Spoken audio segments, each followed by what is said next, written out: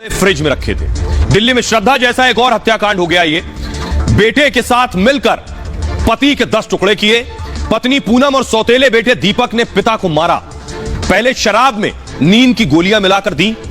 जब वो होश खोने लगा तो मां बेटे ने हत्या कर दी मिलकर। ये पिता की फोटो भी आप देख रहे हैं। बेहोश होने पर गले और शरीर पर चाकू से वार किए। हत्या के बाद पूरी रात शव को कमरे में छोड़ दिया। हत्या के अगले दिन घर से खून को साफ कर दिया गया।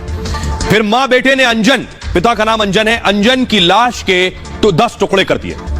इसके बाद लाश के टुकड़ों को इस फ्रिज में रख दिया गया ताकि लाश सड़े नहीं और बदबू घर से बाहर ना जाने पाए।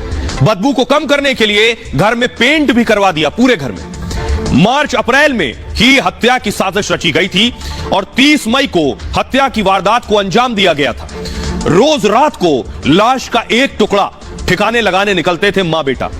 बैग में डालकर लाश के टुकड़ों को फेंक देते थे और 8 से 10 दिन तक टुकड़े को अलग अलग जगह पर फेंका गया।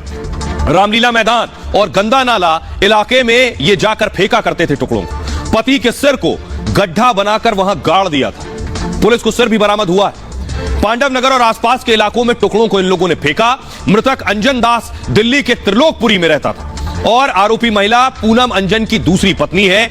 पूनम 2011 से अंजन के साथ रह रही थी। 2011 से आरोपी दीपक अंजन का सौतेला बेटा है। अंजन की टाइमलाइन भी श्रद्धा जैसी ही है बिल्कुल। श्रद्धा और अंजन दोनों की हत्या मई में ही हुई थी। श्रद्धा की 18 मई को और अंजन की मई के आखिरी हफ्ते में। दोनों केस में शव के टुकड़े घर में ही किए गए और उसके बाद श्रद्धा की तरह अंजन के टुकड़े भी फ्रिज में रखे गए थे। फिर शव के टुकड़ों को ठिकाने लगाया गया। ये हिला देने वाली जो वारदात है ये बता रही है कि आखिर क्या स्थिति है समाज की, आखिर इस तरह की घटनाएं क्यों सामने आ रही हैं। लेकिन मैं आपको दिखाने जा रहा हूं कैसे शव के टुकड़े फेंकने निकलते थे। ये देखिए जरा, ये आपको नजर आ रहा है। ये महिला जा रही है, शव जहां ठिकाने लगाए गए वहां जा रही है और वहां जाकर ये जो आप इलाका देख रहे हैं पीछे, यहां आकर ये लोग शव के टुकड़ों को फेंक देते थे जो घर के इनके बहुत नजदीक था। और यहीं आकर पुलिस ने शव को तलाशा है। अगली तस्वीर दिखाइए जरा। ये तस्वीर आपको विचलित कर सकती है। अंजन की खोपड़ी है। मई में हत्या हुई थी, खोपड़ी बरामद हो गई है। यह तस्वीर आपको जो नाजुक दिल वाले हैं वो ना देखें, विचलित कर सकती है। विभत्स तस्वीर है, डरा देने वाली तस्वीर है। सिर्फ खोपड़ी बची, कंकाल बचा है क्योंकि मई में हत्या हुई थी। आइए अब मैं आपको इसी जगह जहां हत्या करके शव के टुकड़ों को फेंका गया, हमारे सहयोगी विवेक उस स्पॉट पर पहुंचे, ग्राउंड जीरो पर। वहां से उनकी रिपोर्ट देखिए जरा। इस वक्त रामलीला ग्राउंड में मौजूद है। इसके आसपास देखिए, हम आपको एक ही जगह बताएंगे। ये वो जगह है जहां पर अंजन दास का सिर मिला था पुलिस को 30 मई को। यही वो जगह है। यहां पर अंजन दास का सिर पुलिस को मिलता है 30 मई को और पुलिस की जांच पड़ताल में जब ये खुलासा होता है कि कैसे उसकी हत्या की गई मां बेटे ने मिलकर, तो चौंकाने वाला मामला है। और इसके अलावा सिर वहां मिलता है और यहां पर उसके अंजन दास के दोनों पैर मिलते हैं। अंजन दास के दोनों पैर इन्हीं जगहों पर मिलते हैं। रात को मां बेटे दोनों आते थे, शव के जो टुकड़े किए गए थे एक एक करके इन टुकड़ों को फेंका जाता था और उसके बाद उसको ठिकाने लगाया जाता था। पुलिस को ये शव के टुकड़े मिले थे और शव के दूसरे टुकड़े भी आसपास से ही बरामद किए जाते हैं। तो बड़े शातिराना अंदाज में कोशिश की गई कि सबूतों को नष्ट किया जाए और शव के टुकड़े करके इधर उधर फेंक दिया जाए, किसी को शक नहीं होगा। अब मैं आपको दिखाने जा रहा हूं हत्यारों को। मां और बेटे की तस्वीर मैं आपको दिखाने जा रहा हूं। ये मां की तस्वीर है जिसने हत्या की और ये वो बेटा है। पत्नी से दूसरी शादी थी अंजन की और बेटा भी सौतेला था।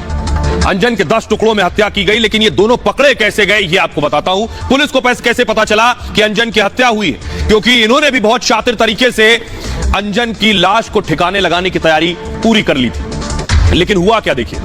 ठीक इसी तरह जाकर जंगल में, जंगली कहेंगे उसे, जहां इन्होंने जाकर टुकड़ों को फेंका था। 5 जून को पांडव नगर में दरअसल पुलिस गश्त कर रही थी, पेट्रोलिंग पुलिस की जो गाड़ी करती है वैसे ही निकल रही थी। इसी दौरान हुआ क्या, झाड़ियों से बदबू आने की शिकायत हुई कि एक जगह से दुर्गंध आ रही। पेट्रोलिंग टीम ने थाने में इसकी जानकारी दी कि कुछ गड़बड़ है। इसके बाद सर्च ऑपरेशन शुरू किया गया। सर्चिंग में एक बैग में इंसानी शव के टुकड़े मिले। बैग खोला गया तो शव के टुकड़े बुरी तरह से सड़ चुके थे। पुलिस के लिए चुनौती थी कि शव की पहचान कैसे की जाए, किसके शव हैं यह पहचानना पुलिस के लिए मुश्किल हो रहा था। और पुलिस के पास इस केस में ज्यादा सुराग नहीं थे। कोई आकर किसी की बॉडी मई में फेंक गया और अब शव की पहचान मुश्किल थी। सीसीटीवी फुटेज निकलवाया पुलिस ने, मई का सीसीटीवी निकलवाया, मई और जून का। सीसीटीवी फुटेज में चेहरे नहीं दिख रहे थे, तो अब चेहरों की पहचान कैसे हो। आसपास के दर्जनों कैमरों की फुटेज खंगाली गई। कौन कहां किस वक्त निकला है उस दौरान। आसपास के थानों में गुमशुदगी की रिपोर्ट मंगाई गई कि अगर किसी को मारकर डाला गया है तो कोई कहीं से गायब हुआ होगा। आसपास के थानों में रिपोर्ट आई होगी, तो रिपोर्ट भी नहीं। यूपी और दूसरे राज्यों में भी रिकॉर्ड की जांच की गई, कोई रिपोर्ट नहीं किसी की गुमशुदगी की, किसी के गायब होने की। इस दौरान अंजन दास के लापता होने की खबर मिली। परिवार ने कोई रिपोर्ट नहीं लिखाई थी उनकी भी। त्रिलोकपुरी में रहने वाले अंजन 6 महीने से लापता थे, तो अंजन गए कहां? पूनम और दीपक ने लापता होने की रिपोर्ट नहीं की थी। पुलिस ने रामलीला मैदान से के आसपास के लोगों से पूछताछ की। सीसीटीवी में मां बेटा प्लास्टिक बैग लेकर जाते हुए नजर आ रहे थे। धीरे धीरे पुलिस पूनम और दीपक तक पहुंची। यानी पुलिस को या तो स्थानीय लोगों ने बताया या पुलिस के मुखबिरों ने बताया कि एक शख्स लापता है। इसके बाद पुलिस ने पूनम और दीपक को बुलाकर पूछताछ की। दोनों ने हत्या की पूरी कहानी पुलिस को बताई कि हां, उन्होंने हत्या की है। बेटी बहू पर बुरी नजर रखने की वजह से हत्या का प्लान बनाया, यह कहना पत्नी का।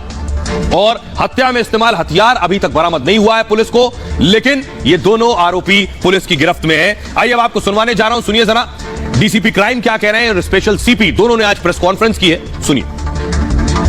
वो कपड़े हमें मिल गए जो बरामद हुए थे, और उन कपड़ों के बिहाफ पे हमने फिर इसको आगे दोबारा इंट्रोगेट किया। तब इन्होंने पूनम और दीपक ने सारी कॉन्स्पिरेसी को कबूल किया। लाश के टुकड़े जैसा ही बता रहा 8 से 10 टुकड़े होने की संभावना है, और वेपन अभी रिकवर हो जाएगा जिसमें चाकू और डैगर होने की संभावना है। अभी इसमें इन्वेस्टिगेशन जो बाकी है, रिमांड लेके जो चीज़ें टुकड़े बाकी हैं या जो वेपन बाकी, उसकी रिकवरी होगी, और डीएनए का जो बाकी है वो सारी चीज़ें। दीपक और पूनम जो है माँ बेटे ने इस घटना को अंजाम दिया। अभी तक उन्होंने पूछताछ में क्या बताया कि किस तरीके से अंजाम दिया, क्या कुछ प्लानिंग की गई? उन्होंने इसको पहले रात में शराब पिलाई जिसमें नशे की दवाई डाल दी थी, तो उससे ये थोड़ा जब सुस्त आया तो इसका गला काट दिया। एक दिन उसकी रात भर बॉडी पड़ी रही, जब सारा खून निकल गया फिर इन्होंने उसको काट के अलग अलग हिस्सों में डिस्पोज ऑफ किया। और अब आपको दिखाने जा रहे हैं, पुलिस ने दोनों को, मां बेटा को गिरफ्तार कर लिया। ये तस्वीरें आप देख रहे हैं, ये मां है और ये बेटा, दोनों पुलिस के शिकंजे में। पुलिस के लिए एक बड़ी कामयाबी कि पिता के 10 टुकड़े करने वाला बेटा गिरफ्तार हो गया, जो पहचान करना और तलाश करना बहुत मुश्किल था। बड़ी कामयाबी है। जरा सुनिए पत्नी क्या कह रही है पति की हत्या के बाद। कोई पछतावा है कि मेरा धोखेबाज इंसान के साथ गलत करा, हमारे साथ भी ऐसा हो गया। उन्होंने वजह क्या थी? क्या अपनी बहू के साथ संबंध थे उसके? क्या वो नजर रखता था? और क्यों मारा था? कुछ बोलोगे? वो मेरे बच्चों के साथ गलत कर रहा था। अच्छा। गलत नियत रखता था, इसीलिए करा मैंने। तो मैंने नहीं, मेरे बेटे ने करा। अच्छा।